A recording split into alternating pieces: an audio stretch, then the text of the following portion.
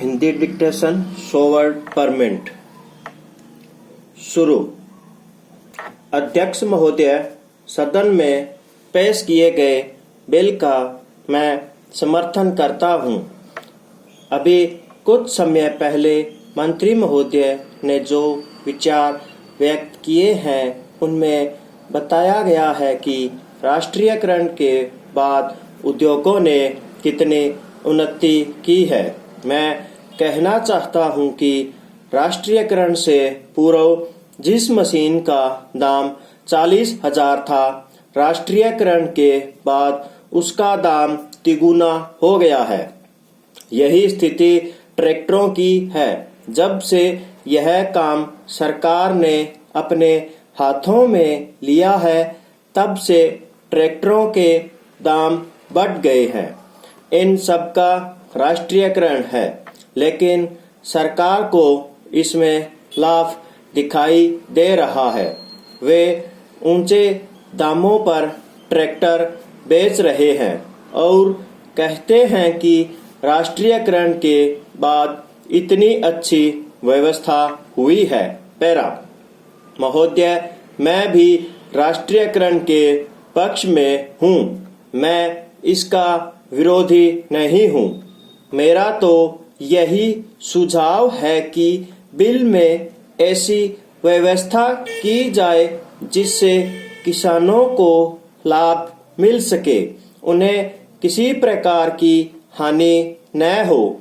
इस बिल में मैंने जिस संशोधन का प्रस्ताव रखा है, उसका उद्देश्य यही है कि किसानों को जो हानि हो रही है वह न होने पाए। किसान हमारे देश की रीढ़ के समान हैं। उन्हें हर प्रकार का समर्थन और प्रोत्साहन मिलना चाहिए, तभी हम देश को आगे बढ़ा सकते हैं। अब मुख्य प्रश्न यह है कि किसानों को किस प्रकार के ट्रैक्टर चाहिए। यह बताना बड़ा कठिन है, लेकिन इसमें कहीं पर भी इस बात का वर्णन नहीं है कि किसानों को किस प्रकार के ट्रैक्टर मिलेंगे। हमारे देश में किसानों के पास छोटी छोटी जमीनें हैं, लेकिन अभी तक बड़े ट्रैक्टर ही बनाए जा रहे हैं। किसान की हालत ऐसी नहीं है कि वह अपनी बचत में से ट्रैक्टर खरीद सके। यदि किसानों को कर्ज न मिले तो वे इतने महंगे ट्रैक्टर नहीं खरीद सकते। हालत यह है कि ट्रैक्टर खरीदने के 1-2 वर्ष बाद ही किसानों की जमीन बिक जाती है, क्योंकि उन्हें सरकारी कर्ज वापस करना होता है। पैरा महोदय, मैं इस बिल का समर्थन करता हूँ, लेकिन मैं चाहता हूँ कि उसमें किसानों को सस्ते दामों पर ट्रैक्टर दिलाने की व्यवस्था होनी चाहिए। इसमें यह व्यवस्था भी होनी चाहिए कि राष्ट्रीयकरण के पश्चात किसान के प्रति जो यह व्यवस्था की गई है तथा जो लापरवाही की गई है, उसको कैसे दूर किया जाए। तब हम समझेंगे कि इस देश के उद्योगों में क्रांति आने वाली है, तभी देश संपन्न हो सकेगा। पैरा महोदय, हम इस सिद्धांत पर चलते हैं कि स्त्री और पुरुष सभी को बराबर का अधिकार है। अधिकार तो है, लेकिन अधिकार होने के बावजूद भी उनको आगे बढ़ने का पूरा मौका नहीं मिलता। प्रत्येक व्यक्ति को मौका मिलना चाहिए कि वह आगे बढ़ सके, उन्नति कर सके, जितनी की उसमें योग्यता हो। यदि कोई योग्य भी हो तो उसको मौका नहीं मिलता है। पहले तो पढ़ने लिखने से और हर तरह से भी वह मौका मिलता है। इस बात को ध्यान में रखकर ही आप लोगों को अपनी उन्नति करनी चाहिए। आपके बच्चे पढ़ लिख कर आगे बढ़े।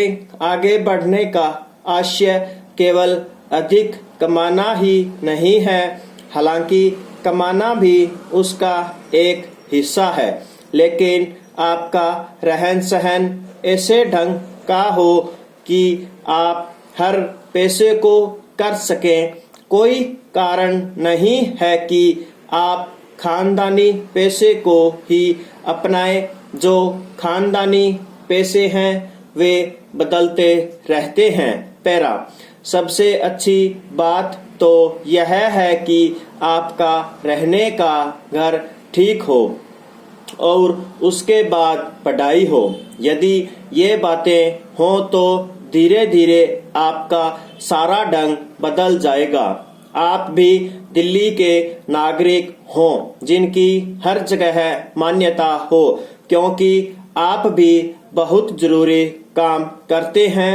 यह न हो कि आप लोगों को कम समझा जाए और आप लोगों की फिक्र न की जाए। यह तो हम गलती करेंगे।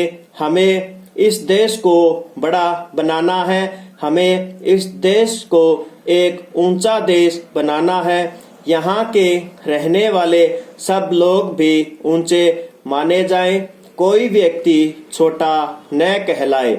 यहाँ जो हमारे परिवार अलग अलग हैं, उन्हें अलग रहने की आवश्यकता नहीं है।